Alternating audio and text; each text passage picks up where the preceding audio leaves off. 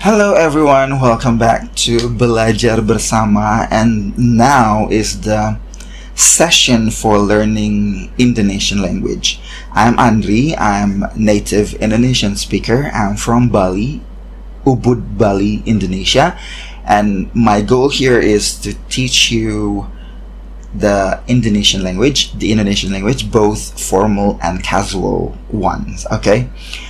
So today's lesson is I'm talking about the sentence structure of Indonesian language, which is exactly the same with English language. Okay, and also I'm going to give you one bonus of one verb in Indonesian language and how you can kind of form this verb from its base form and what its form going to be after you add the prefix into it. We're going to talk about it later. Okay, so the first part of this video is about the structure. For you who are just beginners, I mean you just decided to learn Indonesian and this is your first time to watch my video.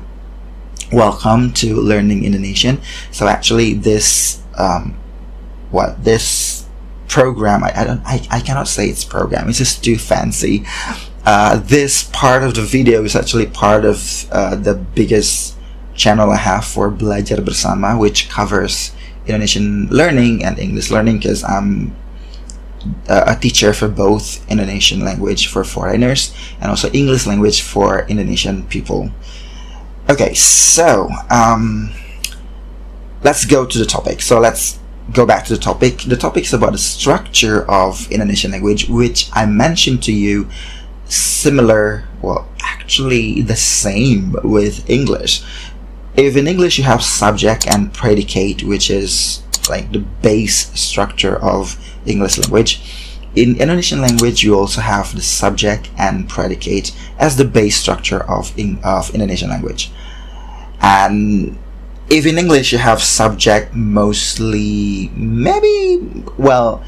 it's supposed to be, it has to be nouns that can be used in a slot of being subject in a sentence. Well, Indonesian language also needs nouns or kata benda to be used as the subjects of a sentence. Okay, kata benda or nouns. Indonesian language has both. I mean, if we talk about Indonesian language, and if we talk about the nouns, the verbs, and all the words in Indonesian language, we have both two versions. The first one is the formal ones, and the second one is the informal ones or the casual ones. Okay, so let's talk about the nouns. Do you guys do you know maybe some nouns in Indonesian language? You can write down in the comment section below some nouns that you probably know, that you've probably learned before you watch this video. Some nouns of Indonesian language, both informal situation kind of nouns and also in the informal casual ones. Just write in the comment section below. So let's talk about it. And okay, so let's go back to the pattern or the structure of Indonesian language, which is subject. Subject is mostly the slot or the room for subject is mostly for nouns. So you have to pick one noun in Indonesian language, put it there. For instance, anjing. Anjing, A-N-J-I-N-G, is in English is dog. Okay, anjing. And okay, that's the noun as a subject, and now we choose one verb as the predicate. For example, makan. Makan is to eat. Makan. Okay, makan. Anjing makan. Okay, that's the basic sentence pattern. And now you need because the verb makan needs object. So you put object. Let's say makan daging. Daging is meat in English. Anjing makan daging. So basically the sentence pattern is subject, predicate, and object. Object can be nouns as well, right? So anjing makan daging. That's it. That's the basic Indonesian sentence. Exactly the same like in English sentence pattern. The only difference probably in English you have the subject verb agreement, which is for third person singular, like she, he, it, or someone's name, like singular person, Dewi, Andi, Dita. The verb will be with as or es, right, in English sentence patterns, but in English sentence grammar, okay. But in Indonesian language, you don't need it. Whatever the subjects, the verb is just the verb. Okay, if you have anjing makan daging, well, it's makan still. Saya makan daging, still makan. The verb doesn't change. What? Dia, which is she or he, makan daging. So the verb doesn't change. Whatever the subjects are, the verb doesn't change. So that is something that makes Indonesian easier to study, easier to learn compared to English, because English has subject verb agreement and Indonesian language doesn't have it. Okay, only probably you need to learn both formal and casual ones. Okay, so that's about the sentence pattern of Indonesian language. If you have questions about it, write in the comment section below. Okay, the next, I mentioned in the beginning of this video, of this recording, I mentioned to you I'm going to give you one bonus of one Indonesian verb. So, well, I'm going to give you this verb, okay? Menyapu. Menyapu. Menyapu is actually from the base or the root of its verb is sapu. Sapu also means the broom.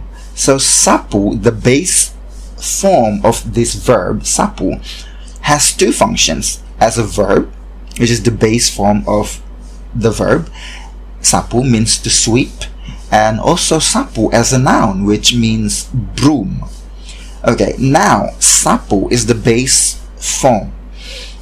In Indonesian language, if you talk about the formal one, we will add prefix into this. Now pay attention, the base form is started with s. So if we put the prefix me like this, me with n, me, it will be menye, like on the screen. You probably pay attention to the screen. Menye. So the s will be gone and it will be replaced by menye. So it will be menyapu, menyapu. Okay, menyapu, and that is the formal form of the base form of this verb, which is sapu. Another example is suap, which is to bribe. Okay, to bribe is the base form, suap, which means to bribe. To bribe.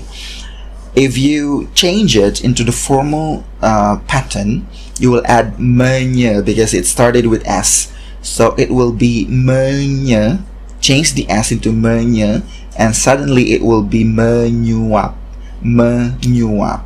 So that's the formal pattern of these two verbs. Okay, so whenever you have verb with s, you can add menye to make it formal. Okay, to make it formal. But if you want to talk more casually, you can use the base form like suap. Kamu coba suap aku. Kamu coba suap aku. That's more casual. Kamu coba suap aku, which in informal one, it will sound like Anda mencoba menyuap saya.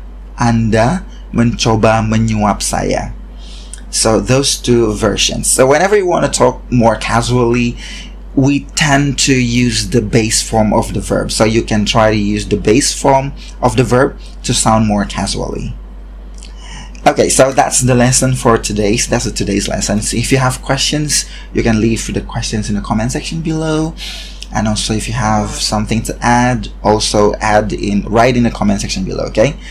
Thank you very much, everyone, and I hope you enjoy watching my video and explanation.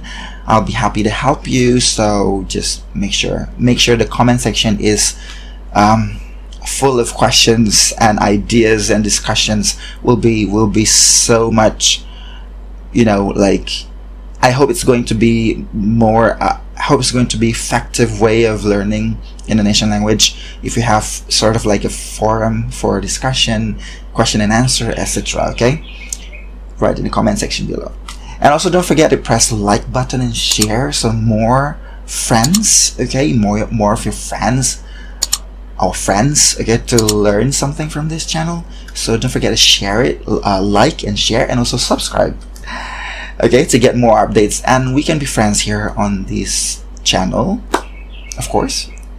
Okay, so thank you very much, guys, for watching my video and listening to me explaining this sentence pattern in Indonesian language, and also bonus of 2 verbs, both casual and formal, in Indonesian language. Okay, thank you very much, and I'll see you again in the next video. Have a nice day. Bye bye.